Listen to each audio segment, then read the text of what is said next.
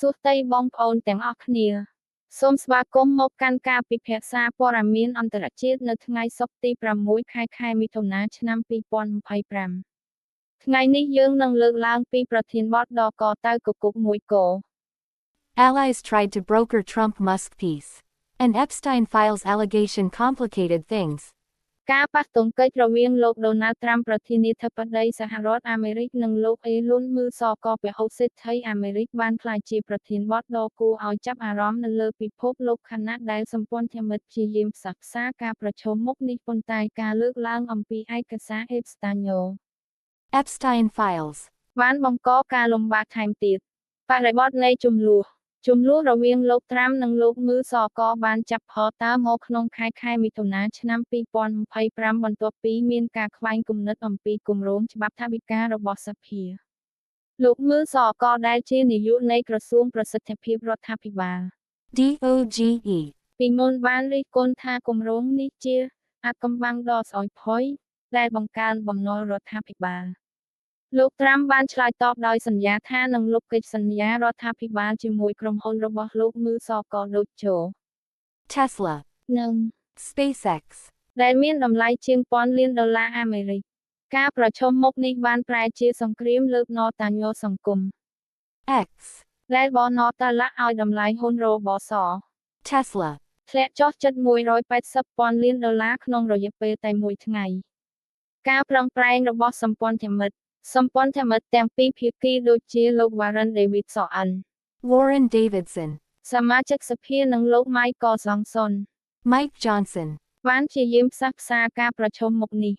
លោក Davidson បានរៀបចំការបរិភោគអាហារពេលល្ងាចឯកជនដោយ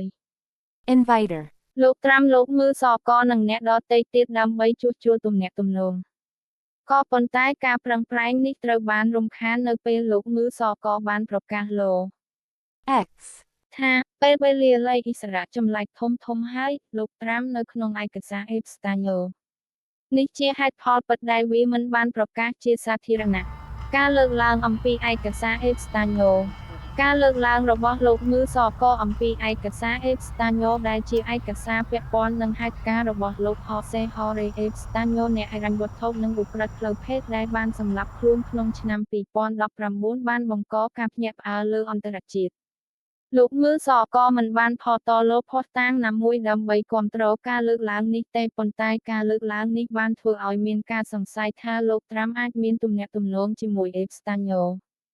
ឯកសារនេះដែលផ្នែកខ្លះត្រូវបានបញ្ចេញកាលពីខែកុម្ភៈបង្ហាញថាលោកត្រាំធ្លាប់ឡើងយន្តហោះឯកជនរបស់ Epstein ចំនួន7 ដងក្នុងទសវត្សរ៍ឆ្នាំ1990ប៉ុន្តែមិនមានភស្តុតាងណាដែលបញ្ជាក់ពីទង្វើខុសច្បាប់នោះទេផលវិបាកនៃការលើកឡើងនេះបានបង្កឲ្យមានការរិះគន់យ៉ាងខ្លាំងពីសំណាក់សម្ព័ន្ធមិត្តរបស់លោកត្រាំដូចជាលោក Stephen Bannon Stephen Bannon. ដែលបានស្នើឲ្យមានការស៊ើបអង្កេតលើលោកមឺសកផ្ទុយទៅវិញគណបក្សប្រជាធិបតេយ្យនៅសហរដ្ឋអាមេរិកដែលជាគូប្រជែងរបស់លោកត្រាំបានចូលរួមជាមួយលោកមឺសកដោយស្នើសុំឲ្យរដ្ឋាភិបាលបញ្ចេញឯកសារទាំងអស់ដើម្បីបញ្ជាក់ព័ត៌មានសេចក្តីថ្លែងការណ៍ពីសាក្សីសារព័ត៌មានកាលពីថ្ងៃទី5 ខែមិថុនាបានរាយការណ៍ថាការប្រឈមមុខនេះបានធ្វើឲ្យទំនាក់ទំនងរវាងសហរដ្ឋអាមេរិកនិងសហគមន៍អន្តរជាតិមានភាពតានតឹងព្រោះវាប៉ះពាល់ដល់កិច្ចសន្យាពាណិជ្ជកម្មជាច្រើនការឆ្លើយតបពី CR White House. បានឆ្លើយតបកាលពីយប់ថ្ងៃទី5 ខែមិថុនាថានេះជាឧបទ្ទវហេតុដ៏គួរឲ្យសោកស្ដាយពីលោកមឺសកដែលមិនសប្បាយចិត្តនឹងគម្រោងច្បាប់ដ៏ធំស្រស់ស្អាតមួយនេះព្រោះវាមិនផ្ទុយនឹងគោលនយោបាយដែលគាត់ចង់បានលោកត្រាំខ្លួនឯងមិនបានឆ្លើយតបផ្ទាល់ទៅលើការលើកឡើងអំពីឯកសារ Epstein នៅឡើយទេប៉ុន្តែបានថ្លែងក្នុងព្រឹត្តិការណ៍មួយថាខ្ញុំមានទំនាក់ទំនងល្អជាមួយ Elon ប៉ុន្តែខ្ញុំមិនដឹងថាវានឹងបន្តទៀតទេការវិភាគការប្រឈមមុខនេះបង្ហាញពីភាពច្របូកច្របល់នៅក្នុងនយោបាយអាមេរិកនិងផលប៉ះពាល់ផ្នែកសេដ្ឋកិច្ចលើក្រុមហ៊ុនរបស់លោកមឺសកការលើកឡើងអំពីឯកសារ Epstein អាចជាយុទ្ធសាស្ត្ររបស់លោកមឺសកដើម្បីបង្ខំឲ្យមានការបញ្ចេញឯកសារនេះឬគ្រាន់តែជាការប៉ុនប៉ងបំផ្លាញទំនាក់ទំនងជាមួយលោកត្រាំ ទោះយ៉ាងណាគ្មានភស្តុតាងណាមួយបញ្ជាក់ពីទង្វើខុសច្បាប់របស់លោកត្រាំនៅក្នុងឯកសារនេះទេដែលធ្វើឲ្យការលើកឡើងនេះនៅតែជាប្រធានបទនៃការជជែកវែកញែកផលវិបាកអន្តរជាតិការប្រជុំមុខនេះមិនត្រឹមតែប៉ះពាល់ដល់សេដ្ឋកិច្ចអាមេរិកប៉ុណ្ណោះទេថែមទាំងបង្កឲ្យមានការសង្ស័យចំពោះភាពជឿទុកចិត្តរបស់សហគមន៍អន្តរជាតិចំពោះរដ្ឋាភិបាលសហរដ្ឋអាមេរិកប្រទេសដៃគូពាណិជ្ជកម្មដូចជាចិននិងអឺរ៉ុបបានសមតែងការព្រួយបារម្ភថាភាពមិនច្បាស់លាស់នេះអាចប៉ះពាល់ដល់កិច្ចព្រមព្រៀងពាណិជ្ជកម្មអន្តរជាតិក្នុងពេលជាមួយគ្នាសារព័ត៌មានអន្តរជាតិបានរាយការណ៍ថាការប្រជុំមុខនេះអាចជះឥទ្ធិពលលើផែនការអវកាសរបស NASA, ដែលពឹងផ្អែកលើ SpaceX, យ៉ាងខ្លាំង